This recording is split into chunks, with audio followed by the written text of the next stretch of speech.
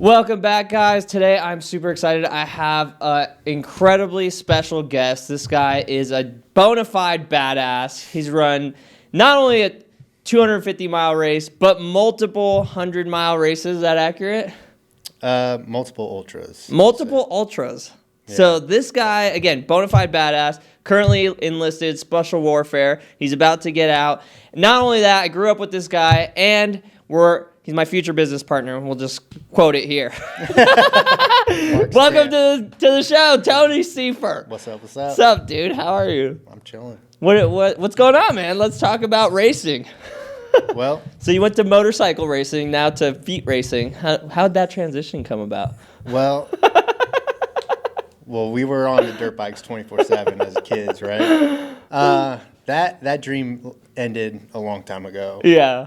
And then, I got into running, just preparing for the Navy. Yeah. And then it kind of got out of control on my first deployment when I was stuck on a boat for like 7 months straight during COVID. Oh, no way. Yeah, so I would just go on the treadmill for like hours at a time to pass time. Yeah. There's nothing else to do? I mean, we didn't really have a job on the boat, so yeah, just work out. It was like jail. Yeah, just work out and play Mario Kart and Super Smash Bros. No way. That's like all you did the whole time? Mm-hmm. Why were you on the boat? For what purpose? Well, we left right when COVID was kicking off, January 2020. Oh, shit, yeah. And we're like hearing like whispers about it. And we got on the boat, headed to a location. We're supposed to get off like a bunch of different spots. Yeah. And once COVID really kicked off and we were out there, everything shut down. The captain of the ship was just like, "Listen, this is a clean boat. Essentially, no one on and no one off." No way. Yeah. The whole time? 7 months. 7 months. Holy smokes. Yeah, 206 days. That's kind of crazy. Like coming back into like all the stories and you guys had internet and shit or no? No. No internet? Well, you had like internet slots, but it's like we're on a carrier with 5,000 people.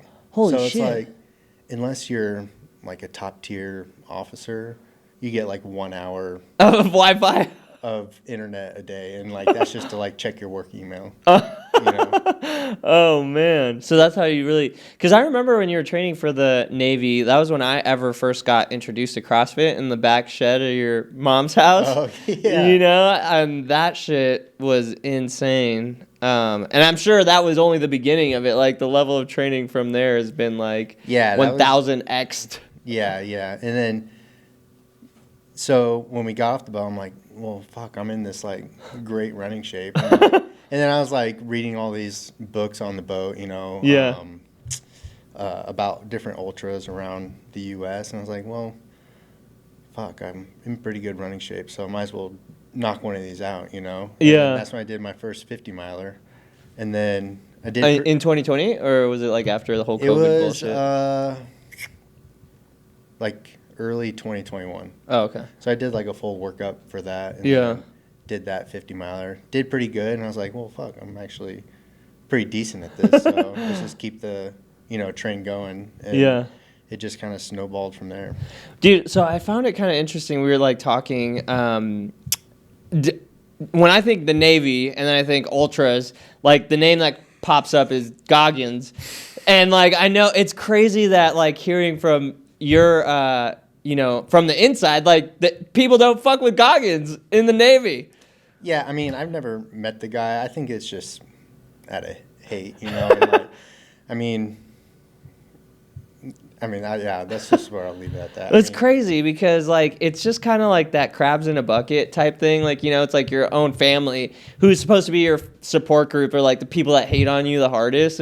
I've experienced that in my life, but, like, it's crazy how, I don't know, it's human behavior. I think David Goggins is a fucking badass. He's, like, one of the top people. I wouldn't say, like, people I look up to, but, like, yeah, like, Goggins, Hermosi, those are, like, two guys I'm like, these fucking guys, like, have what it takes to like be elite, right? And like, not that I'm elite, but like I'm always striving to like getting better. So it's kind of crazy that like you could be so fucking on point with your shit, and then there's still like a whole community that's like, fuck that guy.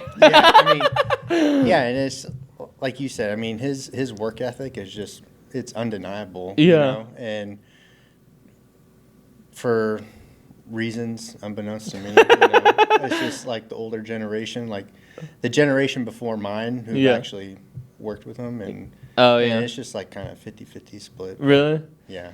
Dude, I saw him at a seminar, at like a solar seminar. He just was one of the speakers, and I was fucking fired up, bro. I was like, standing on my chair, like, yeah! Fuck these losers! Are you gonna be a pussy? Yeah. But anyways, I like Goggins. So, dude, yeah, let's go. It's crazy. So we grew up together. I've known this guy since, I don't know, we're like, 12, 13, somewhere around that age? Yeah. Like longer than 20 years. Yeah, it's crazy. We're getting up there. But I called you. I called this guy. Freaking, he was in the middle of the 250 marathon race, ultra, whatever they're called, and he answered or called me back, which I thought was insane. I was like, dude, what? You called me back? Like you're like racing right now? Like, call me later, dude. Like, what are you doing? So how was that? How was the 250, dude? It was all right. So for context, it's the Cocodona 250, and it's a foot race from Phoenix, Arizona to Flagstaff, Arizona, essentially. And it's 256 miles with around 40,000 feet of elevation gain throughout. Oh shit! So yeah, it's an uphill battle. It's a kick in the dick for sure. Yeah. And that was pretty recent, so it was hot. How was the weather? So this year was unique in that historically it's super hot. Right? Yeah. Especially the first 37 miles is like the real dick kicker in the race. It's 37 miles with 10,000 feet of elevation gain. Ugh. So yeah, you're just north of Phoenix and you're climbing up through the Bradshaw Mountains and you're just climbing for 37 miles. And so I did all this heat training. I was in the sauna, wearing a heat suit in the garage on the treadmill for hours. And on race day check-in, the day before the race, there's like all these clouds rolling in. We're like, oh shit. Oh no. So the next day, race day, historically hot, right? Yeah. And we were met with rain, snow, sleet, hail. No way. Yeah, I had part of our emergency equipment, like mandatory gear, is a space blanket. And I had my space blanket on within 20 miles. No way. Yeah. What's a space blanket? What like? It's just like, have you ever seen like, when a marathoner like finishes a race, they wrap this like tinfoil blanket over them? Yeah. It's just to like capture all your body heat and like keep you warm. But yeah, dude, it was. They called it the year of the mud because it did not stop raining and snowing the entire time. No way. Yeah. You have your space blanket on the whole time? Well, it was I was expecting heat, right? Yeah. And so I didn't bring any of my cold weather gear on that first 37-mile section. Oh, but you had, who was with you, Sean and Katie? Yeah, and the Sean boy? and my wife Katie, yeah. And I couldn't see them till mile 77. Oh, shoot. So you did the whole first 77 miles? Well, they have drop bags. Oh, okay. That you can prepare yourself at these different locations. Mm-hmm. And so at mile 37 is like the first major aid station up in the mountains. And I had my drop bag with all my cold weather gear and stuff like that. So once I got there, I was able to throw it all on. And what's cold weather gear like? What does that consist of? So I had some like a shell pants, like rain shell pants, shell jacket, and just puffy beanie, gloves, stuff like that. That helps. Yeah, bro, it was so cold. Like no way. What was the weather like? Like 30 degrees or like? Yeah, it was like, well, it was probably in the low 30s, but you're wet. Fuck. So it's just like all the cold plunging. You did cold plunge train. Yeah, dude. So it's like, if you wanted hard, like you got a fucking hard race. So how was like? your mentality, right? Like going like through that. Like what got you through that? Because like it's cool to talk about it in the chair, right? Like, and I don't know if you read Goggins' books, but he's like, oh yeah, when you're comfortable, you're thinking about these grandiose ideas. Like you're fucking comfortable, you're in a warm climate control room, but when you're in the fucking depths of hell, like what are you thinking? How did you get through that? Well, everyone has a plan until they get fucking punched in the face, right? Yeah. And that cold weather was like my punch in the face, and I like couldn't eat, and for full like transparency, I was like every, I don't know, hour, 2 hours, I was pulling off on the side of the trail like diarrhea. No way. My You just stomach was fucked. squatting it? Oh yeah. Do you have any wipes? Yeah. Oh, okay, that's good. Every trail runner knows. You gotta bring some wipes. Bring some and I don't know if it was the altitude or what, but my stomach was just jacked, dude, and I couldn't just eat diarrhea. Yeah, I couldn't eat anything. Were you drinking water? Like, could you hold it down? So or? plain water was like the only thing I could stomach, and like that, and when I pulled up to an aid station, I would like ginger ale to try and for like sugar and or like. Well, yeah, that and to try and calm my stomach down. Oh wow. But yeah, so I left mile 37, put on all my cold weather gear, and you think you're done with like this huge climb, right? And then it's just you just keep going. It's like everyone talks about the first 37 miles. It's like this is what's going to make or break your race. So I'm like, all right, cool. Just make it to that. Yeah, make it to that. Like got to 37, like ate some solid food, and then left, and then was like, okay, we're still climbing. You know, what's going on here? Yeah, so, you know, by that time, you know, you go into nighttime, and you drop down into Prescott, Arizona at around mile 77, and then that's where I first got to see Katie, my wife. Okay. Yeah. And then I needed a hard reset at that aid station. I pulled up there, got in the back of my car. We had like a little sleep pad set up, and you just knocked out.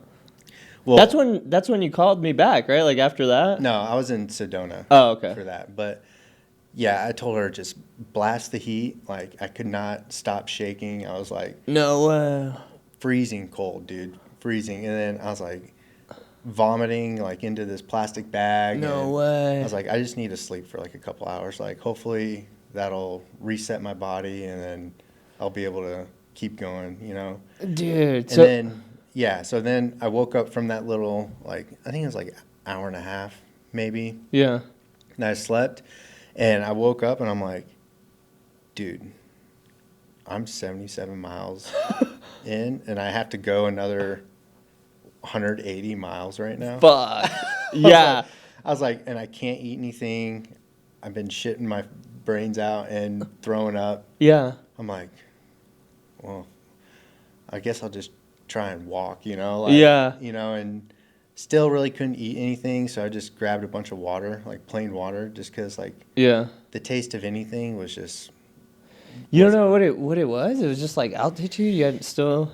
No, because the whole training block, I practiced with all my, you know, like Pizza. Gels and, you know, liquid carbohydrates, and I never got sick. So I think it was honestly just the altitude. Yeah. Or some with the altitude, or just, you just never know. It's just, ultramarathons is just like this huge, like we talked about, it's like problem solving the entire time, you know? It's like, okay, my stomach is upset. It's like, okay, am I eating too much salt? Am I eating not enough salt? Yeah. Am I not eating enough? Am I not eating enough? You know, it's just like always adjusting on the fly, and then knowing when you're at your lowest, you know, you're going to come out of it. Yeah. Especially over the course of 3 days, you know. Yeah. And which was how long it took, like almost 4 days is how long it took me, but you're going to come out of it eventually. So is that what you're, like, telling yourself when you're, like, just fucking... Like, because you... Like, in those in-between, you have to be thinking stuff, right? Or are you just, like, so, like, toast that you're not even having thoughts? You're just, like, totally embraced in the moment? I knew I wasn't going to drop out unless I was, like, completely, like... Your leg broke fell off. my fucking leg or something like that. But I just knew, I was like... if I'm feeling like this now, it's like, this is really going to suck. But, I just knew I just had to keep drinking water at least, you know? Yeah. And like I said, like, after, I don't know, 10 or so miles, I was like running again, you know? It's just okay. like, you know. Of walking. Yeah, walking until I felt, and then had to shit again, you know? it was like, yeah, this is like the not so like pretty side of like finish ultra, but yeah, it's just, you can't look at the big picture of like, oh, I have 180 miles to go. It's like I broke it down as like, all right, I have 10 miles until the next aid station. Yeah. You know, and then that way I can, you know, try and get some solid foods or whatever. You know? Yeah. So I just looked at it at these smaller chunks. Yeah. You know, it's like in my watch, it'll have like, as soon as I hit an aid station, it'll calculate the mileage to the next aid station. Okay. So it's like, all right, now I have 12 miles. That's my next, you know, race. You know, Yeah. 12 miles is my next race. Dude, that's crazy because I remember when back in whatever year that was, like 2014 or 15 or something, in the shed in the backyard, like I remember you telling me stuff like that too. Like, just don't think about like all the sets, just do like the next 5 or the next 3. And it's crazy that like fundamental like core principle like carries over into like all this stuff. Yeah, I mean, you can even think about it with your business, right? It's like, Yeah. I got to get to, you know, 50 stores, Yeah. or 50 locations. Right. But right now, you should just focus, like you were saying, focus on filling this one out 100%. Yeah. And then the next one, and then it's like small chunks. Yeah, I do that. I do that in business too. And like Judy's starting like a new little, like, who knows, maybe it will turn into a big business. But I always say like just do the next step, right? Like just problem solve the next step, and then the next step that you'll need to solve. And we do this all day with these like contracts and stuff too. Right? It's like, let's just do this thing what we know how to do, and then we'll figure out the next thing. And so it's maybe it's a universal principle. Yeah.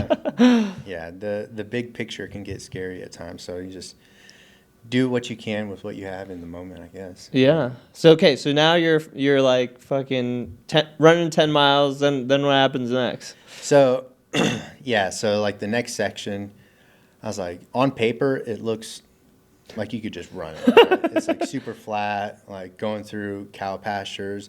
But keep in mind, it's been raining the past, I don't know, day or so. What about shoes? Did you have to have like different type of shoes for that type of terrain, or?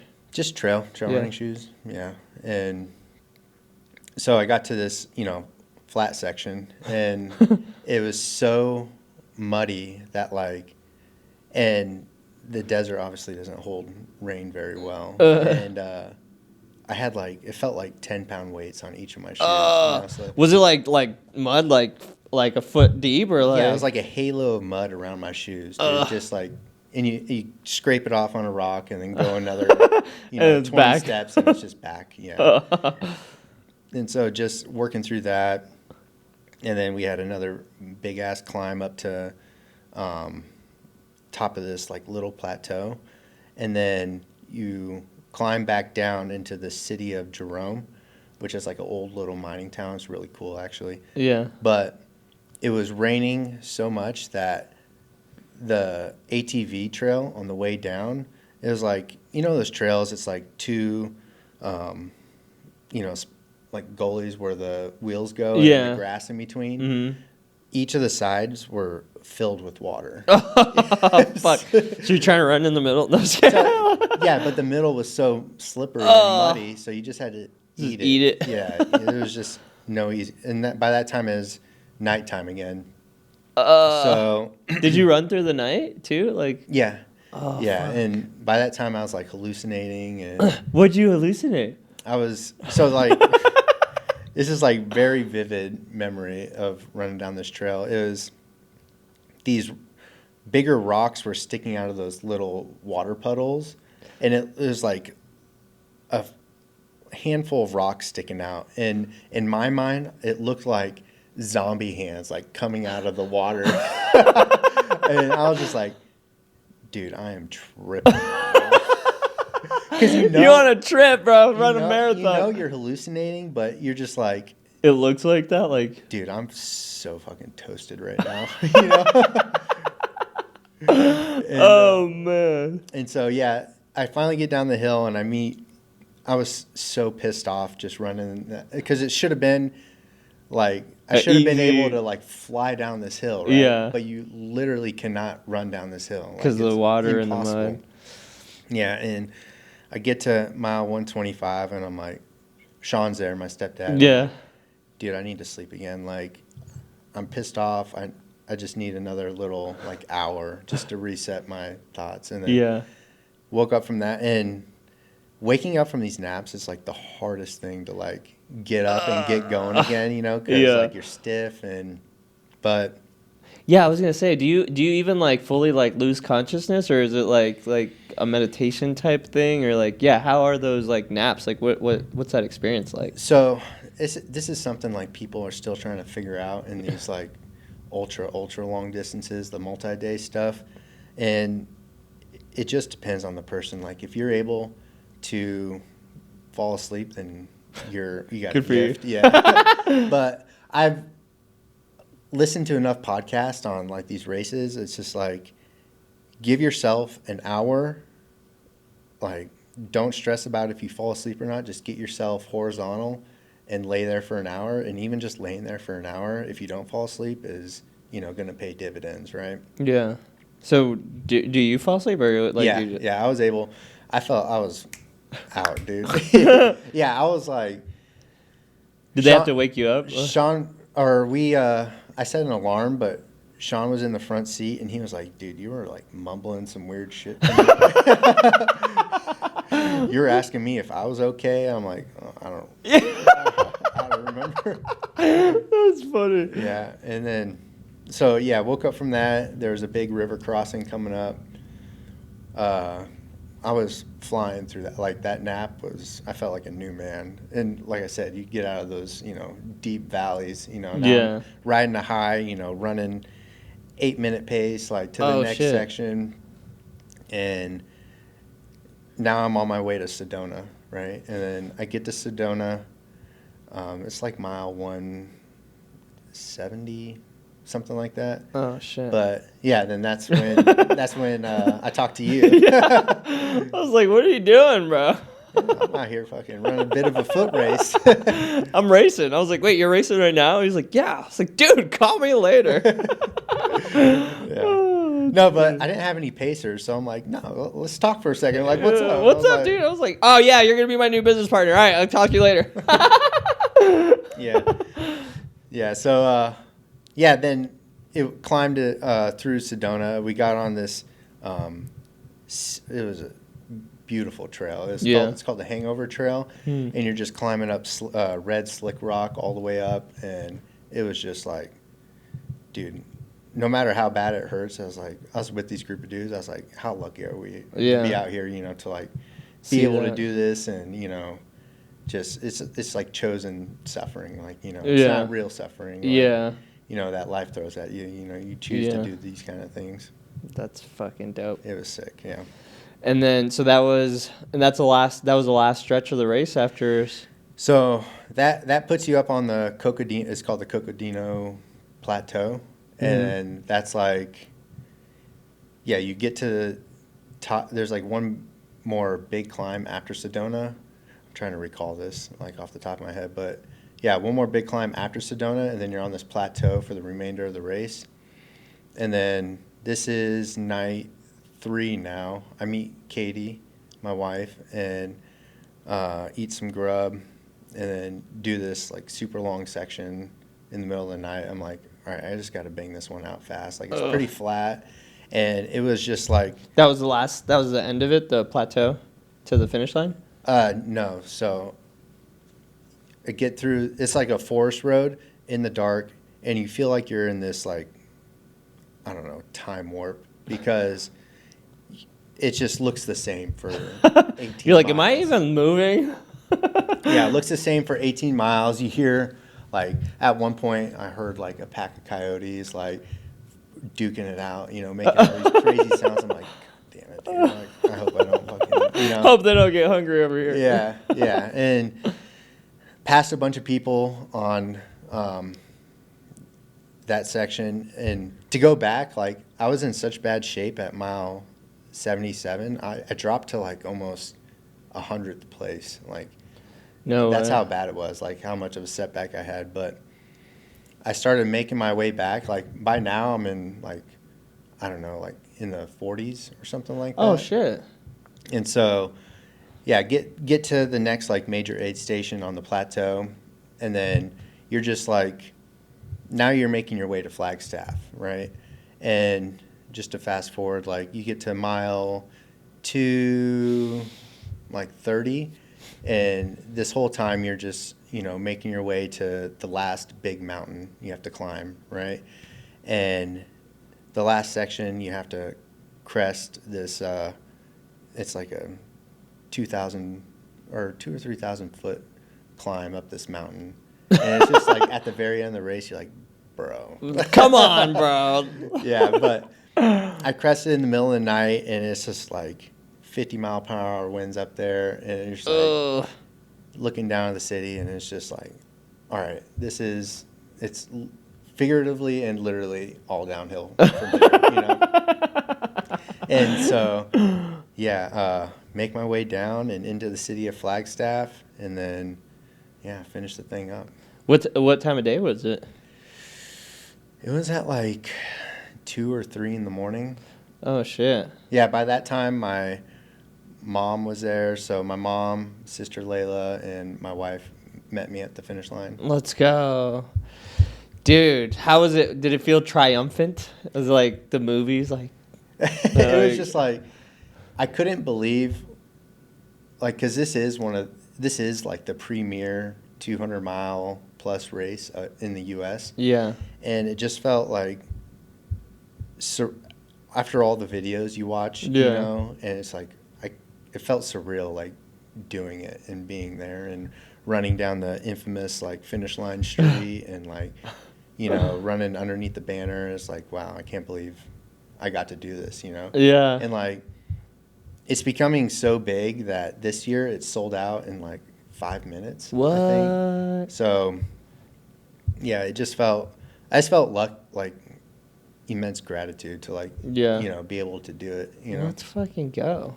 So then, what was the like recovery like? Like, what did you do anything to celebrate or just knock out?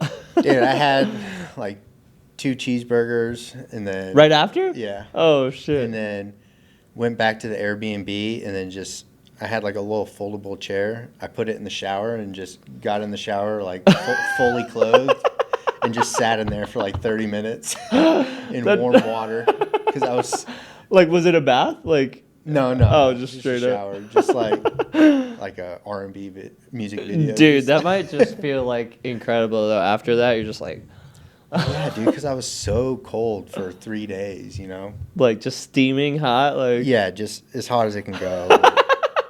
I was just like, and it still took me forever to warm up. And then, really. yeah, then, I mean, recovery is like as expected. Like, I couldn't really walk very well the next couple days, but I honestly felt worse after my first 100-miler. Really? Yeah. You're more tore up. Yeah. I don't know what that's about, but yeah, only got Well, I got stronger. yeah, and better. Only got 2 small blisters on my feet, which was pretty sick. Yeah. And No bleeding or. no major issues. Like a few, like, I mean, just super tight, obviously. Yeah. But I think I took like a week off, and then back to it. yeah. They say like once you like overcome a big goal or milestone, you gotta like immediately set the next one, or you're Yeah, to I fall. think the biggest recovery was like mentally. Like, Really? Yeah, because I had such bad brain fog for like 2 weeks after. Really? Yeah, it was just like someone would be talking to me, be like, "What?" No way. Yeah, it was weird and almost like depressing. Like, Really? wishing I was like still out there, and Yeah. I mean. yeah, it was like, because that's like the race is like the celebration, right? Yeah.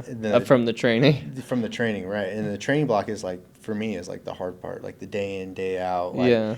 making sure you don't get injured, you know, hitting all your workouts, and then you get to the race and you're like, all right, this is like, you know, come do what we do. Yeah, this is showtime. You know? Yeah, it's yeah. like, this is what I've been training for, and like this is where I can, you know, burn all my matches and, you know, see what happens. Yeah.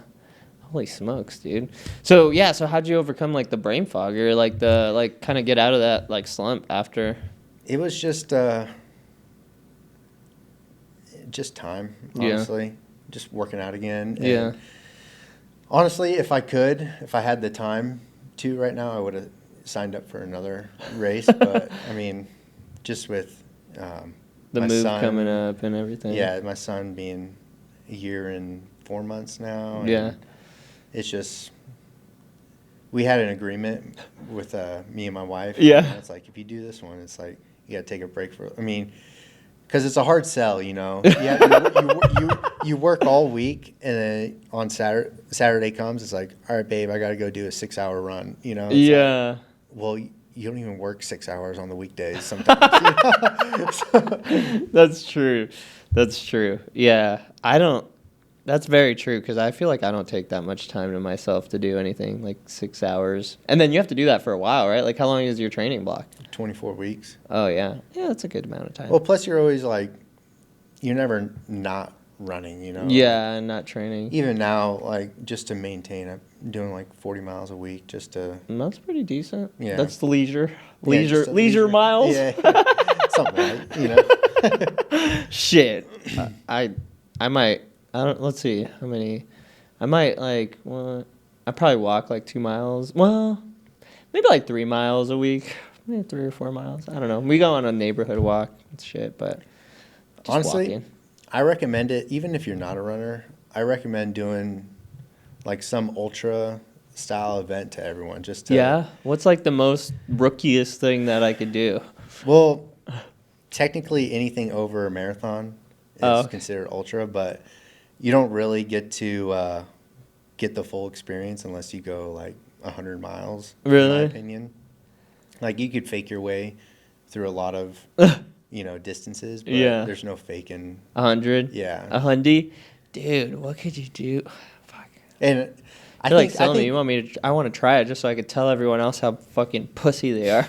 And I think everyone could do it, and like one of my biggest pet peeves is like when people go, "Oh, I can never do that." It's like I know I could do it. Yeah, it's like, for instance, if like someone's talking to you about your business, it's like, "Oh, I can never start a business," and you're just like, "Yeah, well. But just to like keep it leisurely, it's like, actually you could, but you forget that I've been doing this for like 15 years. Yeah. And put in a lot of hard work. And yeah. Like in middle school, I would stress out about running the mile around, yeah. It's like, dude, I couldn't run 1 mile. Yeah. But do you actually think that everyone could do it? Because, like, technically, yes, like, everyone could do it. But, like, I just feel like they don't have a strong enough why or, like, a desire. It's like, if you did all of these things, then you could do it. But if you don't do all these things, then you're going to fail at it. Like, physically, everyone could do it. Yeah. But, and then there's the mental side. Like, after seeing some of the, like, people that did the 250, you're like, holy shit, dude, like, good on you, Yeah. It's like, I couldn't imagine, like, you see him at the start line, you're like, no. I don't know if this guy's going to make it. no way. Right? And they fucking do it, It's just like what? So like, cool. What makes it, what, like, are they just old or like fat or like what makes you have that judgment? Like, they just don't look like your typical runner, It's like, that's like an uncomfortable amount of weight to be like pushing 250 miles, And they're not like obese by any means, but they're not like, me or you, Yeah. So it's just like super impressive. Dude, that's crazy. Yeah, I mean, because for business, like, I do feel like anyone could do it. But I think there's, like, and we talk about this all the time. It's like, if you are have critical thinking and could try hard, you could literally do any fucking thing in the world. I was just telling Judy, like, it was like yesterday or something, and somehow, like, I was telling her you're in town, and all we talk about is basically business and stuff. But I was like, just telling her, I was like, dude, I'm just so impressed. Like, all the people I've ever like worked with, like in our organization or around, like, obviously we service a lot of high level entrepreneurs and they have it, but like the amount of like problem solving, tenacity, critical thinking, and then just trying hard. Like, I don't even know how to encapsulate that. Like, I've never met anyone else outside of like me and Judy that does that, like just has that, like operates their life through that, like those same principles, which again, it's like with that skill, you could be successful at anything. Like anything you do, it's gonna work out. Like, and I think that you just have to, for anyone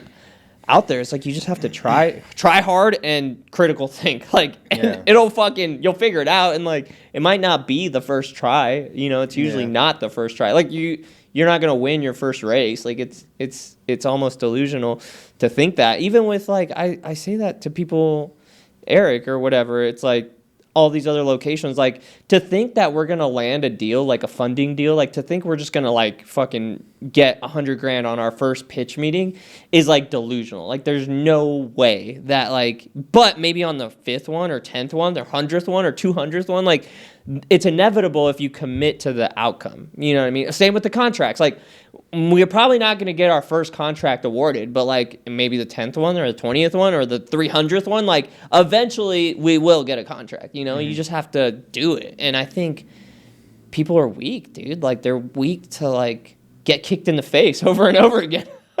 Yeah. And I think like doing the training for these ultras, like it builds like a whole nother level of discipline, Yeah.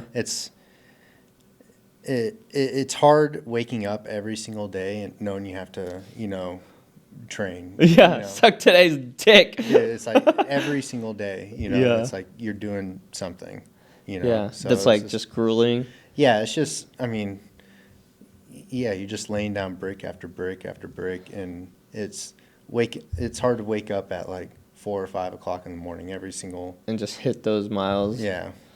And yeah, some days are easy. It's like, dude, fuck yeah, let's get out there. And some days are just like looking at your running shoes for, 20 minutes. You're like, I do not want to put those fucking things on right now. Yeah. And I'm sure everyone has those days. You're like, dude, I do not want to go in the office today. Yeah. Yeah, but, dude. you do it anyways, I think of that sometimes too. And I'll tell Judy sometimes, like when I get home, like, dude, the amount of like problem solving that I have to do like every day, all the time at like, and it seems to be getting like higher and higher levels of problems. Like, we have this one account and it's, they cancel like timeshares, and they have like a lot of, they have a lot of employees in a big organization, and like we're on the marketing team, and that full team is like our whole responsibility is to make sure that we generate business to like provide for like 20 different families, like, and it's like the numbers, like they're spending like $17,000 a month or a week on ad spend, and so there's a lot of resources. It's like bigger problems, and like the problems we solve directly impact like, those 20 families, and it's like, holy shit. So it's like you can't show up like bitch ass, like, you have to show up at high level, like, and try your hardest and figure out those problems, because if not, like, people's livelihoods are fucking at risk. But like I do this so all the time. It's like, okay, that's a problem. Then it's like the next problem. This is the next problem. I get home, I'm like, holy fuck, dude, I just solved like so many fucking problems. And Judy's like, well, so what? That's like what you do. I'm like, can I get a little fucking recognition around here? Like, people don't do this shit. Like, Just putting out fires. all day long. It's terrible. And then the fucking contracts too, dude. Like, we haven't even talked about this, but I found a fucking critical thing that we've overlooked like over and over and over again. I don't know. When we're done with this, my first call is to the Secretary of State. It's like our license, our business license, it's like I renewed it in May, and like somehow like I downloaded the new one, but on the like the emblem, and then the expiration date, it's like May 25. I was like, what the fuck? And then when I submitted it to the Commonwealth or whatever, it got kicked back. Like they rejected it, and it was like, oh, it's not valid. And I was like, what the fuck? What do you mean it's not valid? Like I just called and got this fresh one, and then I like was looking for it, and it was like expired like May 30th. I was like, what the fuck? And we've been submitting that to like all the bids. Like, oh fuck. But I mean, it is valid. I just gotta get a new fucking one. Maybe I'll go back and that'll give me an excuse to email everyone again. Sorry, like we put the wrong one in. Here's the right one, just in case you need it. Hey, by the way, did you award this yet? Yeah. Where are we at? How are we looking? I think also just to backpedal a bit. I think sorry guys. If you put your physical health first, I think that trickles down into everything else. You know what I mean? And for me, it's like, how many times have you seen like someone who's in like top physical shape be unsuccessful? That's true. I feel like it's or a like prerequisite. a bum on the streets, you know? Yeah, I think it's a. So I think like if you put that first, like, and then everything else just snowballs from that. Yeah, I feel like I don't have a badass ice plunge like you, but like, you know, I have the ghetto version, and I've been doing it a lot. Yeah, I try to do it every day, but like filling up the fucking ice things is like a pain in the ass. So like sometimes I forget. I'm like, fuck, I didn't fill them up. Yeah, dude, I did the same thing at first, and then finally I was like, fuck this. How long did you do it for? Like how long before you bought your plunge? Probably a few months. Yeah, I just don't. Dude's like, where are you gonna put it? I was like, fuck, I don't know, because I don't want to leave it outside and it get like all fucked up. Mine's outside. Is it? It's like, but is it get hot like Vegas hot? I mean, I put like a waterproof tarp over it. Oh, like a car tarp? Yeah, that would help. I guess I could just put it like. And under plus, a when you spend $3,000 on an something, ice plunge, you're like, I'm gonna fucking use this. I'm gonna fucking jump in this motherfucker. And it would be nice to just like get in all the time and not have to worry about it. But what I was gonna segue into is like I feel like that's helped me a lot in my like business life, or just any like all facets of life. Because when you're just like fuck and you just do it, and then you, like sometimes when I look at these contracts or like the shit that I have to do for it, I just like am looking at a fucking this like 60-page RFP, and I'm like, fuck. All right, like just get into it. Yeah, I don't think people in their everyday lives expose themselves to enough hard things. Like voluntarily. You know? And like I mentioned this before, like voluntarily hard things is like different from life's curveball that's going to throw at you. Yeah. And when you expose yourself to these like quote unquote hard things, it better prepares you to deal with life's curveball. You know what I mean? Yeah, I almost feel like curveballs are inevitable. Like, you know what I mean? Like, I almost expect everything to fucking be a curveball. Yeah. And then if it's not, it's like, whoa, look how lucky we got that this didn't fucking turn, wasn't a curveball. Yeah, but think about like the small like things you deal with every day that if you gave them to someone else, they'd be like, oh my God, like, dude, what do I do? All the time. And then you get it, and you're like, oh, okay, well, let me just make these 3 calls, and it'll be dealt with. Yeah, it'll be done, yeah. Dude, it's so crazy that you say that, because all the time, it's like, I have different people, and they'll call me like, dude, well, da-da-da, like, we have this problem. And then I just ask them, like, what do you think we should do?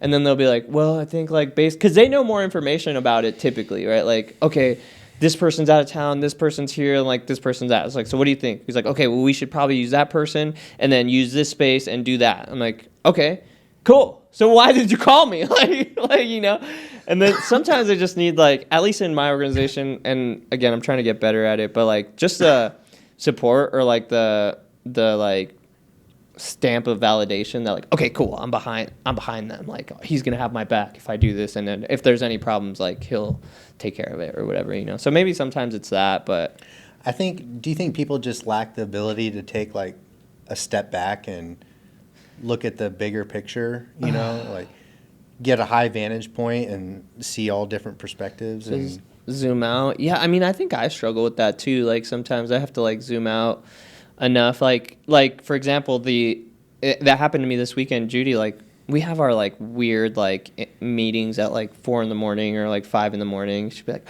I had this like subconscious dream. I need to talk to you. And I'm like, what the fuck? All right. And I'm like just rolling out of bed, you know? But like I'm so zoomed in, for example, right now, like so zoomed into like the expansion of like all the locations for here, the Pod Place locations, like there's two basically real estate developers, separate deals on the table. And I'm so like zoomed into like how I'm going to structure the pitch, like how I'm going to like present the like opportunity and stuff, where Judy's the one that's like, hey, zoom out, like look at the organization as a whole, the people, the systems in the place, like the capacity. This is what I think. And it kind of does force me to zoom out. So I think that like, I mean, I know I personally struggle with something. I was like, I attack it and I get like so deep in it. Even the government contracts, I'm like so deep into like the next contracts. Like when I zoom out and I think big picture, like I showed you the upstairs office, that I have to remind myself to like zoom out, like to see. So I mean, and I don't think that I'm, I don't think that I'm like anybody special, but I do think I'm kind of like better than some people. I know for sure you're fucking better than a lot of people.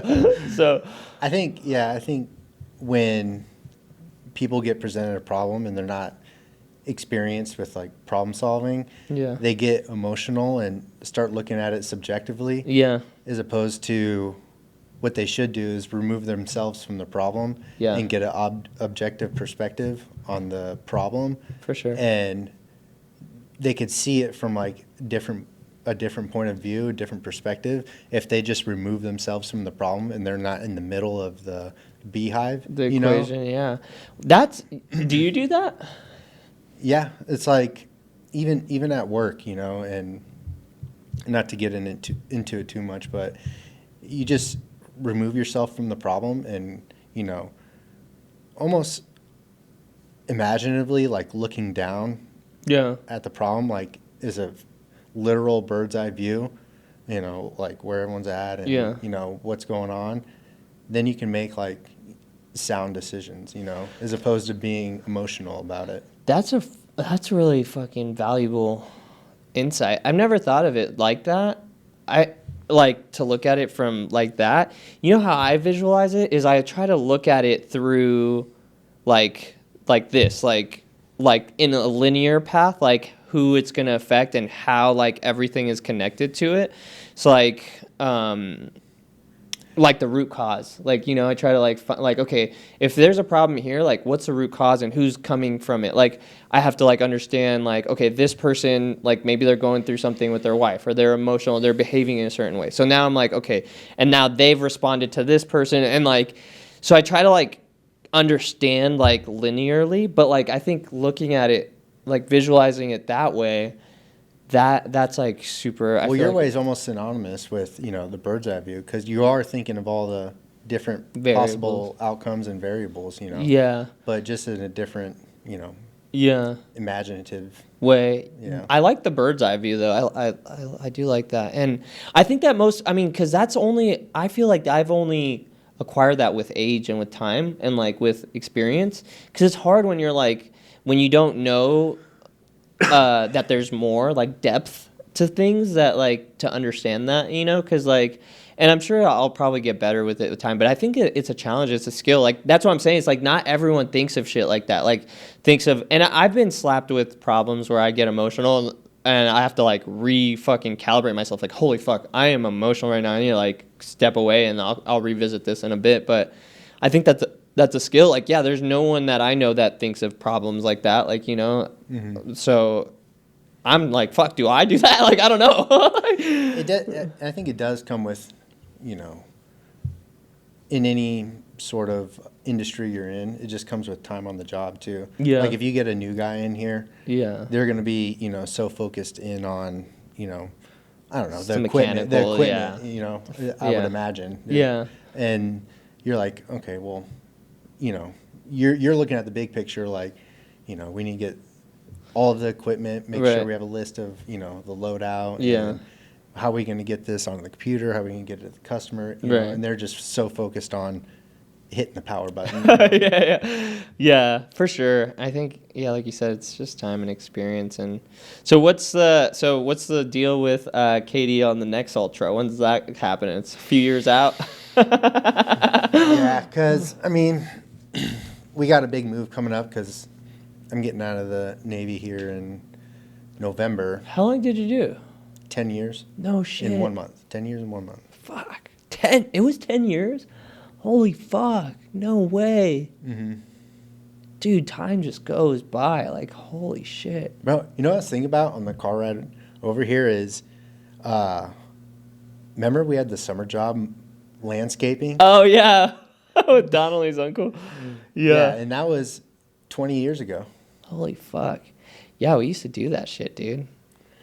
Yeah, and but we got the big move coming up, and that was random. Just out of nowhere. Yeah, but just to put time into perspective, Yeah. you know.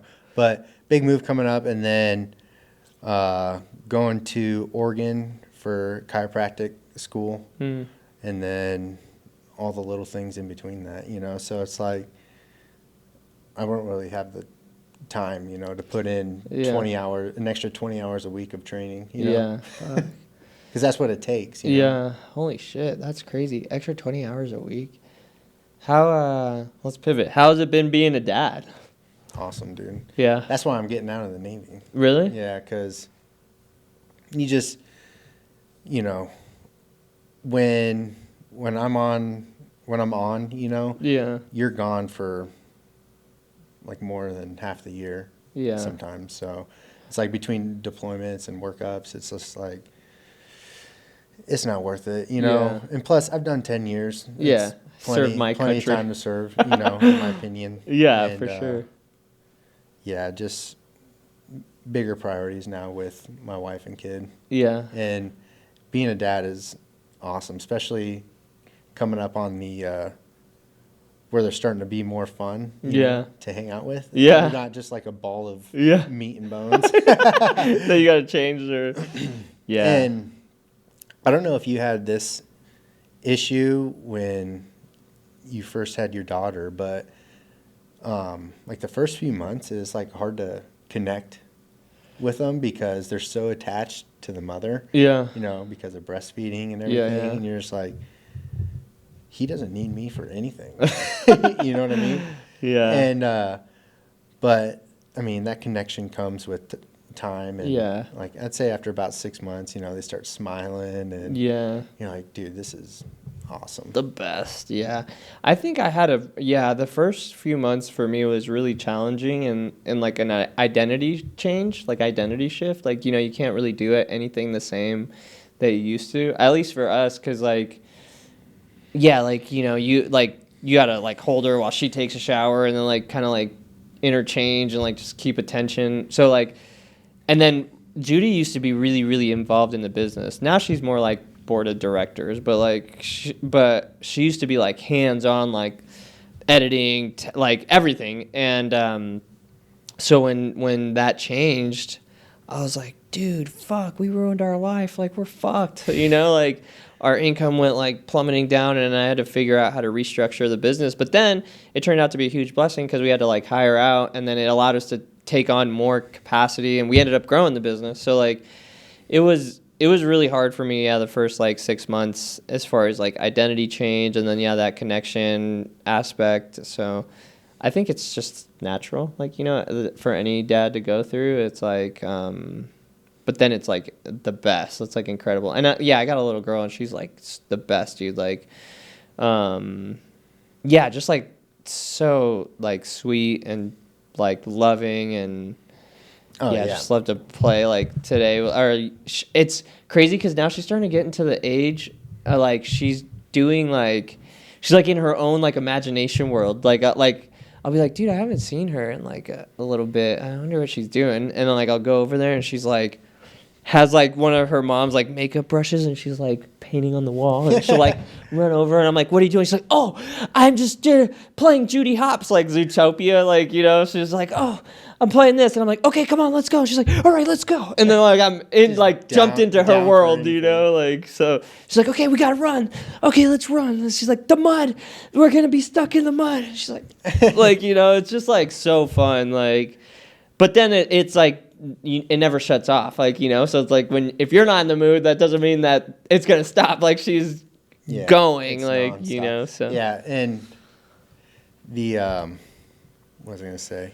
Yeah, it never stops, right? They're on all the time, and it's constant entertainment. And, yeah, but it's awesome. And what I was gonna say is, he's definitely turned me into like a little softy yeah. bitch, you know. Like Nah. I'll leave for like a week, and I'm like, fuck, man, I just want to get back home to my kid. Yeah, I know, it's the worst, dude, when you're out of town, yeah, and you're just like, fuck.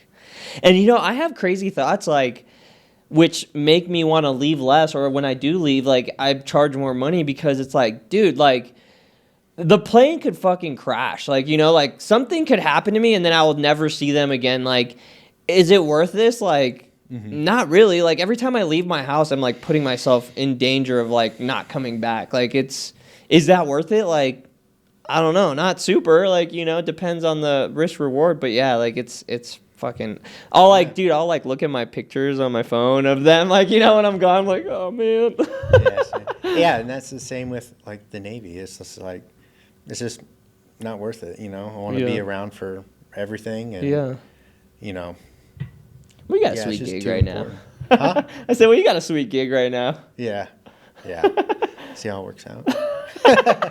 Your ghost partner. Oh, yeah. Well, I mean, I meant a sweet gig at the Navy currently. You know, you're like. Oh, yeah. Right now, I'm on shore duty, and yeah, it's chill. But. As you know, yeah. Yeah. But me and Tony have been working like the last maybe 60 days very like closely together, submitting a lot of contracts. And eventually we're going to get a big one. And Tony's going to become my business partner. I mean, he already is. We'll have to get him some money for it. And I'm just advising right now. I'm not. Yeah, he's interning. Proofreading. And yeah, he's the intern. I don't have my hands in it too much. Yeah, but one day he will, and I'm gonna recruit him over, and he'll be our in-house chiropractor, or he'll just chiropract for fun. Yeah. Or we'll open a bunch of more 50 chiropractor locations. We'll do the same Pod Place motto. Open a bunch of locations. I mean, whatever your dream is, I'm here. Yeah. I'm gonna be your partner with your dream. That's what gets me excited, you know, being on the physio side. Yeah. And it was like a huge toss-up between, you know, physical therapist or chiropractic. And I think chiropractic, based on, you know, the doctors who I've talked to, it just seems like the ceiling is so much higher for chiropractors, you know, with the ability to open up your own practices and everything like that. So that's ultimately the route I chose. Yeah. Let's fucking go, dude. Although there is a physical therapy school in Las Vegas, and I was like, man, I could just come back to Vegas in November and go to PT school here. That would be but sick. I'm sticking with the plan. And yeah, you should stick with the plan and move on purpose. And anything else that happens is a fucking blessing. You know what I mean? So like, yeah, we'll get these millions regardless. And yeah, it's definitely going to be interesting going back to school with like, you know, family, getting out of the, you know, good old boy, you know, environment, small community environment, back to school in Oregon. You know. When did you graduate with your bachelor's? Probably like 4 months ago. Oh, what? You've been in school though. Online school. Oh, not like in Yeah, no, I was doing that while I was really? active duty, yeah. Oh shit. And so it's just gonna be weird, you know, you can't going to campus with a backpack. Yeah. You can't just call someone gay. You know, oh, you fucking hippie liberals over there. Fucking yeah, they have now I've exposed myself. Canceled. Damn it, now I'm fucking toast. But yeah, there's like yeah, you have to watch your P's and Q's, I'd imagine. You just can't call. I mean, what are you gonna do? Kick me out of school. Can they do that? Probably. I mean, Oh, shit. somewhere like Oregon. Somewhere like Oregon, maybe, yeah. I mean, Portland, Oregon, yeah. Fuck. Yeah, Portland sucks, too, kind of. It's like... It's gorgeous up there. I mean, yeah, Pacific Northwest is beautiful. Yeah, it's just going to be weird. I mean, when you get out of the like any service, like you lose your entire group of friends, you know? Yeah. Well, you got me back, bro.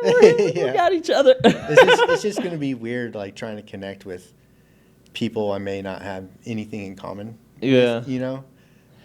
But I'll look at the plus side, you know? Yeah. So, hey. Just try, yeah, how do you make friends on dude? You like running? Yeah. Nah, dude, you're a cool dude. You're pretty. I mean, I can get along with anyone. It's just, I'd imagine like people are a lot more sensitive. Yeah. With the group that you're with, have you been with them for like a long time, like at work and stuff? There's one guy who I've been with pretty much from the beginning. Really? Like we were on the same, our first platoon was the same on the East Coast, and then yeah, we ended up back on the same team over here in dope. San Diego. So. Oh yeah, you were in Virginia for a long time, huh? Mm-hmm. How many years were you in Virginia? Like 6. Damn, dude, that's fucking crazy. Like all of the life lived. It's like, and we're still pretty young. Like, you know what I mean? In the grand scheme of things, we got a lot of time to go still. 33. Yeah. 33. What pisses me off is I'm not going to be done with school until I'm like 37. Oh, really? 30, 36, 37. No way. That's how long the chiropractor school is? It's like 3 years. It's a doctorate program, so. 37. Holy shit. Fake doctor, I don't know. Nah, it's a doctorate. Dr. Seifert. Yeah. Yeah, it's got a ring to Put it. some respect on that. Put some respect on that. Dude, holy shit. I mean, I don't even know where I'll be in the next 5 years. I mean, the goal is to, like, exit the organization, the pod place. It is kind of weird to think about, you know, because let's be honest, we were, like, shitheads as kids. You know? And then now it's, like, pursuing, like, a doctorate degree. It's, like, kind of crazy to think about. Well, I was thinking about this at the gym this morning. I think we were both like good kids and just like around like the wrong environment. Vegas is just like Vegas and, you know, trying to fit in and be and I think that it's proof of like where we're at in our current lives that we were good kids, because there are kids that are not fucking, you know, like I heard Josh Gansey is like freaking been on meth and like in and out of jail and shit, and like, you know, so like I think that's proof that like we were good kids. It's just a bad environment. And a lot of the people in our 2009, 2010 class have like either overdosed or committed suicide. It's like, dude, yeah, a lot of people fucking died. Like so many people, it's crazy. Like, yeah, dude, Johnny Boy, David Kaler, his brother Adam works upstairs at the solar company. It's kind of crazy. I was like, oh fuck, I didn't know that it was David's brother. But then, you heard what happened with him too, like, like Trevor Lewis, fucking dude. These are kids like we used to hang out with, skateboard and ride dirt bikes with and shit. Like that's crazy. Yeah. But I mean, I don't know, dude. I just always wanted more, you know, and I still do. I still want to get better, and like I think the reasons have changed, but like I think that as long as you commit to like self-development for like lifelong, like, you know, your body, physical, mental, whatever, I think that path, it's just a choice. It's like you choose to develop yourself. Like it takes you to like purpose and fulfillment, I think, you know, and I don't think the destination really matters. It's just like the actions of the rituals of doing it. It's just daily. Discipline, dude. Yeah, hypnotic rhythm, you know. You just gotta have discipline. Yeah. Starts with physical discipline first. I think so, dude. I've been exercising since. Remember we used to go to Gold's? We're like 17. Like, bro, I've been exercising since then. Like, I never stopped. I've never stopped for like maybe more than like a month or two. Like, I think whenever I did stop, it was because I went through like some crazy like a breakup or something, and I was like super depressed or something, and then I was like, all right, gotta get back to it. But never like not been part of my lifestyle exercising. So, I mean, so if you're listening to this, get your ass in the fucking gym. Don't be a pussy. well, and the reasons change, right? Like back when I was 17, I was like, I'm gonna get some muscle and I'm gonna get laid. Right? But like now it's like, you know, it's just discipline for the mental whatever. Yeah, and it trickles down into everything. It does, dude. Well, anything else you want to tell the people, Tone Dog? No, it's just been cool to, you know, hang out and talk with you again. Yeah. Like we've been talking every day for the past couple months now. Yeah, like 2 months or so. And before that, we haven't talked in like years, like many years. Yeah. And we just started chopping it up like nothing.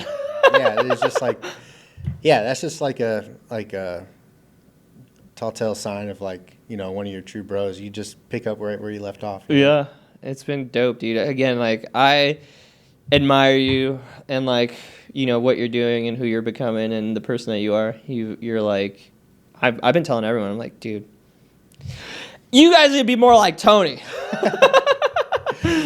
Even myself, dude. Like, you know, I need to dig deep and fucking get to like a 250. I do it in business, but it's not the same. It's not the same level of discount. Maybe to some people, like, you know. But anyways, it's been fucking incredible, bro. I love you. Thank you for coming on. This was great. I hope you guys learned something. You fucking don't be a pussy and get some exercise in. Love you, bro.